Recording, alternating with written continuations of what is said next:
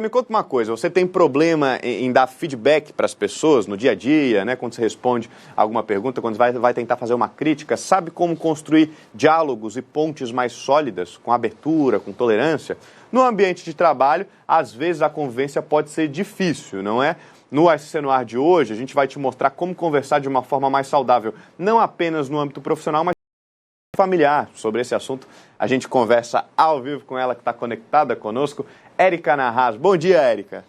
Bom dia, pessoal. É um prazer poder estar falando sobre comunicação não violenta. Quando a gente pensa nos principais pilares da comunicação não violenta, quais são eles? São dois grandes pilares da abordagem da comunicação não violenta: a escuta ativa e a expressão honesta, que já são grandes desafios para nós, que estamos acostumados a conversar através de acusações, de rótulos, julgamentos. Então, escutar até o fim para compreender e expressar honestamente o que se sente e o que se necessita já é o grande desafio para o ser humano na atualidade. A comunicação também começa na escuta, né? Exatamente. A comunicação literalmente começa na escuta. E aí, quando a gente pensa, por exemplo, numa linguagem mais consciente, né? Como colocar isso em prática?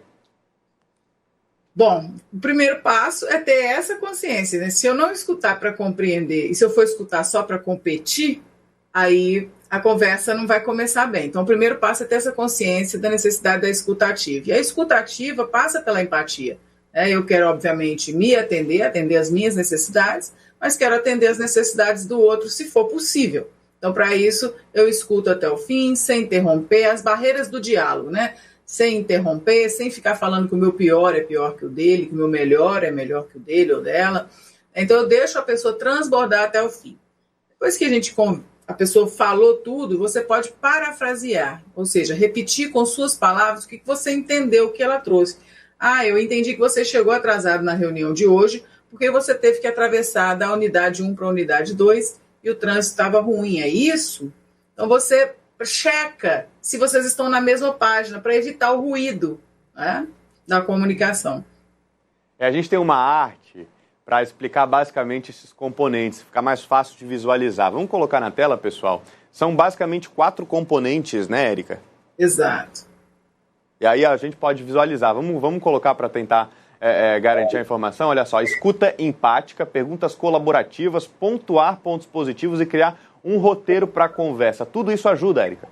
Sim, ajuda. Na realidade, a escuta já é um equipamento humano muito pouco treinado, né? Então a gente gosta muito da oratória, mas esquece da escutatória. Então a gente tem que aumentar o volume da escutatória. Depois que você escutou, você está escutando para compreender sempre, mesmo que nem sempre concordar. E aí você tem alguma dúvida, nada mais prático do que usar o método que Sócrates nos ensinou há muito tempo, que é fazer perguntas, né? Então, e sobre esse ponto especificamente, você poderia dizer um pouquinho mais? Poderia me explicar um pouco mais? E aí a gente vai usando técnicas como: eu vou escutar até o fim, eu vou perguntar quando não tiver entendido completamente, eu vou parafrasear para ver se o que eu entendi está na mesma página, né? Estamos compreendendo da mesma forma. Eu vou sumarizar, que é resumir o que ficou acordado naquela conversa até agora. E, obviamente, eu vou sempre pedir anuência, perguntar: é isso? Tá de acordo? Tem alguma dúvida? Sempre utilizando perguntas de acabamento para ver se ficou algum resquício, algum elemento que não foi bem compreendido naquela conversa.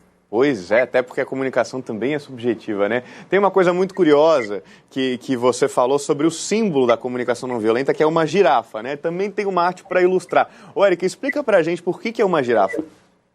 Sim, o Marshall Rosenberg, que idealizou a comunicação não violenta, trouxe a girafa como um mascote de uma mentalidade. É como se nós estivéssemos dentro de nós duas mentalidades. A do chacal, que representa o nosso lado violento, e a girafa, que representa o nosso lado da compaixão, da solidariedade, da empatia, do respeito. Então ela é o símbolo porque ela tem o pescoço comprido para ver o ser humano além dos julgamentos.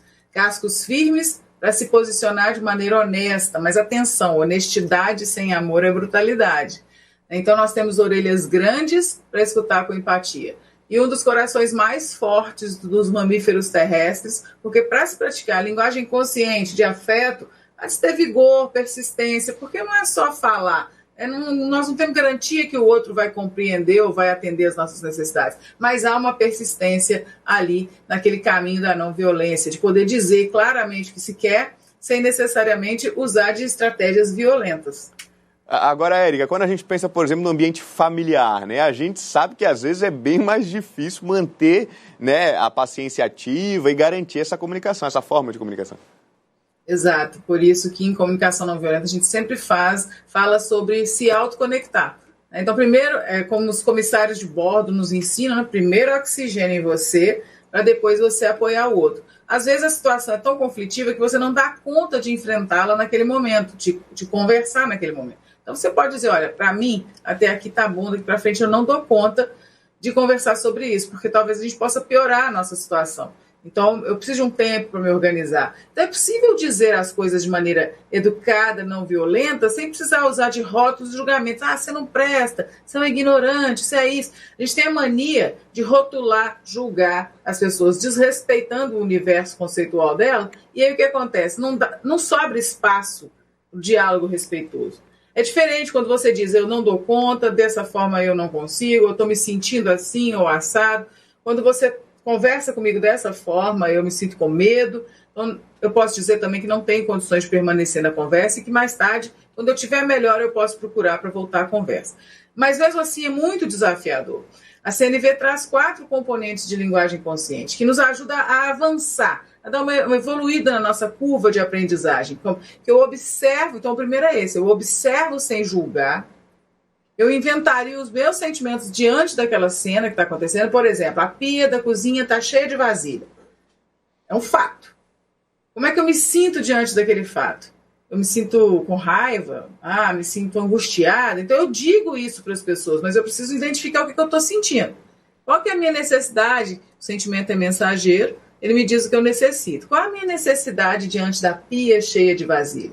Necessidade de colaboração? Necessidade de organização? Então, o 4º componente é o pedido. Então, observe sem julgar, inventaria os meus sentimentos e necessidades e do outro também na conversa. E meus sentimentos e necessidades e o pedido. No pedido, eu faço uma proposição, uma pergunta para o outro para que possa melhorar aquela relação. Então, no caso da vasilha, né, da pia cheia de vasilha, eu posso conversar com os meus filhos. Pessoal, quando eu vejo a pia cheia de vasilha, eu me sinto aflita, me sinto desorganizada, porque eu tenho necessidade de organização. Sou eu que sinto. Sou eu que tenho necessidade. Então, eu assumo 100% responsabilidade pelo que eu sinto.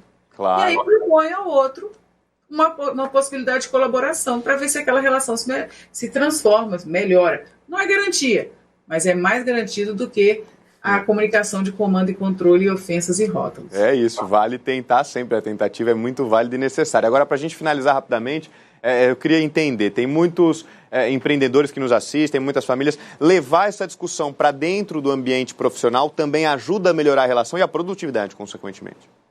Sim, eu passo todos os dias da minha vida viajando no Brasil, dando treinamento em empresas, e a gente leva a comunicação não violenta.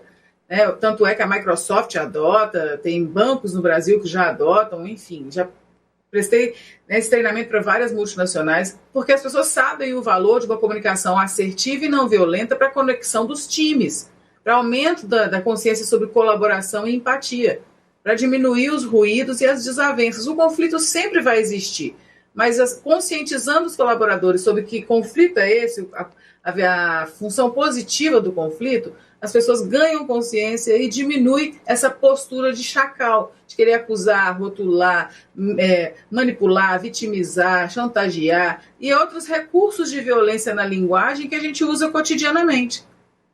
É isso aí, Érica. Que bate-papo bom, bate-papo gostoso. Te agradeço muito, tá certo, pela conversa e te desejo um ótimo dia de trabalho. Eu que agradeço. Obrigada, pessoal. Bom dia. É isso.